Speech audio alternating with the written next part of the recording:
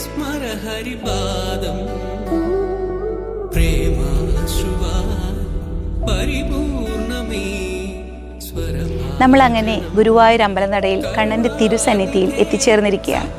ചിറ്റന്നൂർ കലാക്ഷേത്രയിലെ നൃത്ത വിദ്യാർത്ഥികളുടെ അരങ്ങേറ്റവും നൃത്യങ്ങളും നാളെ രാവിലെ മേൽപ്പത്തൂർ ഓഡിറ്റോറിയത്തിൽ വെച്ച് നടക്കാൻ പോവുകയാണ്. എല്ലാവരുടെ അനുഗ്രഹവും പ്രാർത്ഥനയും ഉണ്ടെന്ന വിശ്വാസത്തോടെ. നന്ദി.